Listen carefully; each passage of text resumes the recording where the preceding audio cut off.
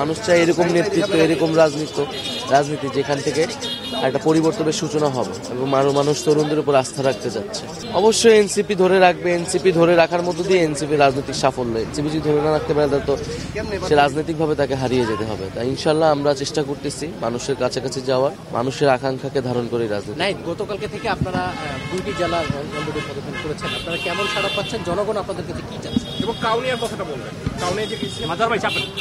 আমাদের 2টি জেলায় সব জায়গায় আমরা অত্যাধিক সাড়া পাচ্ছি, যেহেতু খুব কম সময়ে আসলে এটা ঘোষণা হয়েছে।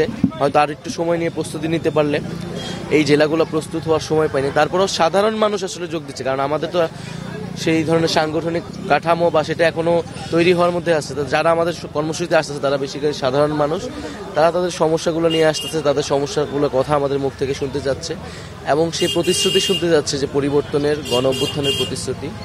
ইনশাল্লাহ আমরা যখন আরও জেলাগুলোতে যাব আমরা আরও বুঝতে পারবো যে সাধারণ মানুষের সাথে আসলে ঠিক কোন জায়গায় আমাদের কথা বলা দরকার, রাজনীতিটা নিয়ে যাওয়া দরকার।